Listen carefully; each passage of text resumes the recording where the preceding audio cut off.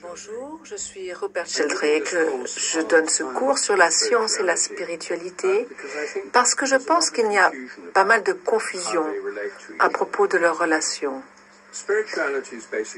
La spiritualité traite essentiellement de la conscience et de la façon de se relier à des formes de conscience plus élevées que la nôtre.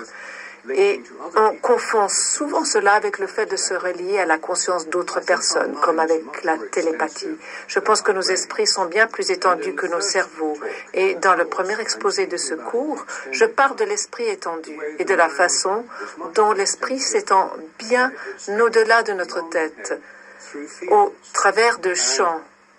Et chaque fois que nous regardons quelque chose, je pense que l'image que nous regardons se trouve où elle semble être. Nous projetons des images dans le monde autour de nous. C'est la raison pour laquelle, si nous regardons une personne de dos, celle-ci peut souvent sentir que nous la regardons.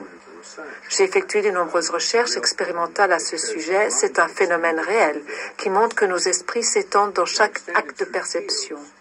Ils s'étendent au travers de champs, tout comme le champ de votre téléphone portable s'étend bien au-delà de la surface du téléphone. Ainsi, le champ de votre esprit s'étend bien au-delà de la surface de votre corps. Il s'étend aussi à l'intérieur de votre corps. Nous atteignons quelque chose avec notre esprit à travers de l'attention et de l'intention.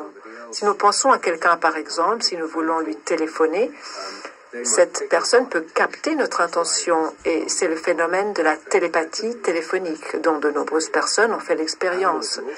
Les animaux aussi sont également sensibles à nos pensées et nos intentions à distance, comme je l'ai décrit dans mon livre. Ces chiens qui attendent leur maître et autres pouvoirs inexpliqués des animaux.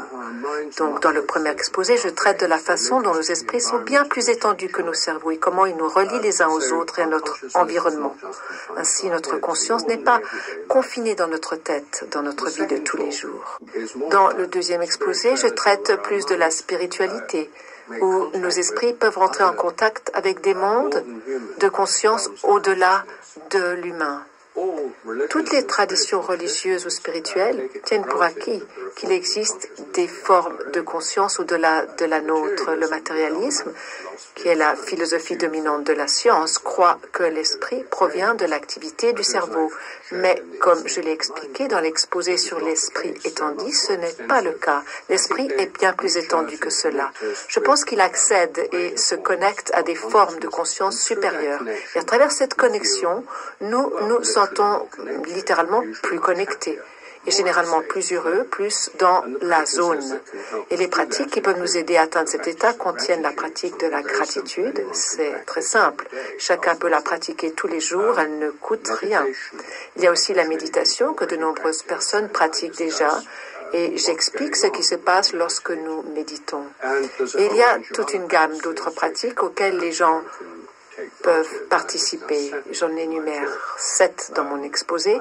Je les présente en détail. Je parle de la gratitude, de la méditation et aussi des pèlerinages. Il y a une grande renaissance des pèlerinages en cours dans toute l'Europe en ce moment. Toutes ces pratiques sont des façons de se connecter à quelque chose qui est plus grand que nous. Ces cours sont suivis par des questions-réponses en direct sur Zoom. Et j'espère que ceci peut vous aider à mieux comprendre votre propre esprit, votre propre conscience, et vous donner des pratiques que vous pouvez suivre pour parfaire votre vie qui ne coûte rien et qui marche, que vous soyez croyant ou pas. Elle ne présuppose pas un système de croyance. Il s'agit d'en faire l'expérience. Alors, j'espère vous voir durant le cours.